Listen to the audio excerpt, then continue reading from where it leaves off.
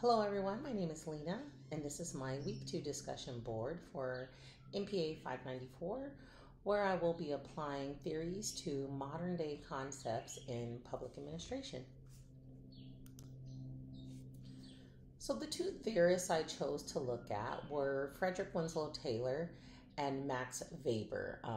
Taylor, of course, being scientific management, and Weber with sociological theory. Starting with Taylor, so scientific management really was a new way of looking at organizations.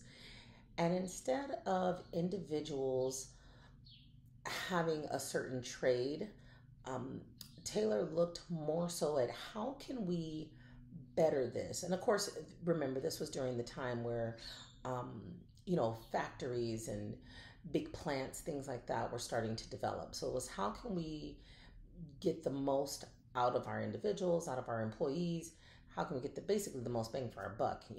How can we make everything so proficient to produce the most? And so he did these scientific experiments, you know, of management style, but did these scientific experiments to see if we tweak this, what changes? If we tweak that, what changes? And does it make it better? Does it make it worse? And he was able to figure out, really the one best way to do things. People didn't necessarily like it though, because employees felt, underappreciated, undervalued. Um, they didn't have a skill or trade that was just them only doing it in a particular, company. So therefore they were expendable. Um, Out with the old, in with the new. It didn't matter. And so it wasn't a good approach, at least for the employee side.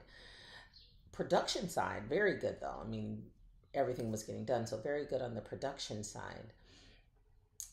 It is still applies, I believe, to certain types of public administration today.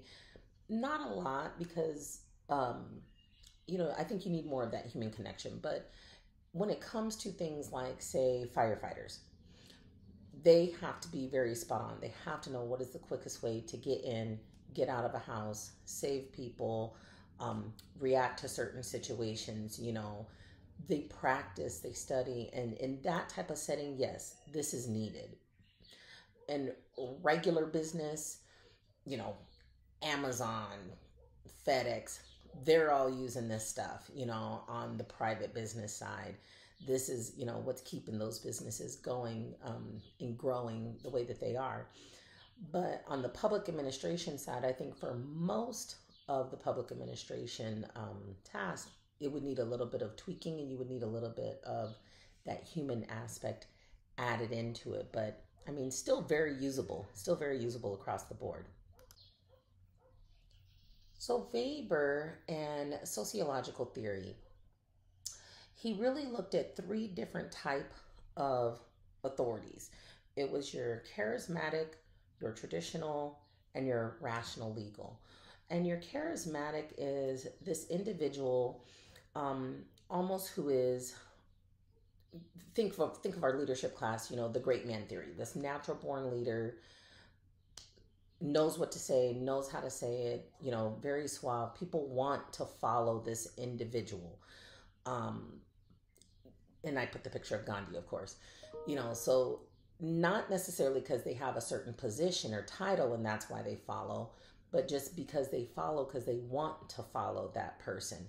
And also thinking of like virtue, from our ethics class, illegal and ethics class, very virtuous in nature, you know, kind, knows what to do, charismatic, all of that stuff. So your traditional leader, this is more of, I'm sorry, not leader, your traditional authority. This is more of somebody who's in a position and everybody's following this particular individual because basically that's just how it's always been done. So I have there the Queen of England, she was at the time that, the head of her country, and everybody followed because of that. And now, her son is now the king, and everybody follows him because that's how it's always been done. And so that's more your traditional type of authority. And then lastly, you have your legal rational. This is really more based on rules and position. So I put the military because that's very, identifiable when it comes to rankings and things of that nature. But you have somebody who's in a position, and based on their position, you follow that individual because that's the rule. That's the rule of the organization. So, for example, military, that's the rule of the military is everybody that has a certain title is, due some type of respect based on their rank. And this rank is higher than that rank. And so that's how the authority falls. And the authority stays really with the position. So if someone were to be, dishonorably discharged, well, now they have no authority. They can't come in and tell, any other soldiers what to do because they lost their position. And so now they have no more authority. So it's very rule based. Of the two theories, I think this one is more prominent to current day, public administration. You see a lot of this, hierarchy type of authority and leadership within, a whole variety of public administration jobs. So with me, I work directly with the Division of Economic Security. I don't know what it's called in California, but it's basically the branch of government in Arizona that dishes out welfare and food stamps and all of these different types of social services. And even within that department, you see like, okay, we have support coordinator or case manager, and then you've got multiple levels of that. I think it goes all the way up to like level 5. Then after that, you have supervisor, unit supervisor. Then after that, you have what they would call more like the regional supervisor over multiple units, Then above that, it goes to director, and it goes on and on and on. The list goes all the way up to the governor. So you see very much so that rational legal type of management and authority within the public administration, like right now, current day. Now, that's not to say they still can't be very charismatic, and some of them you like to follow better than others. But, you're following because that's the rule. So, and that is my presentation.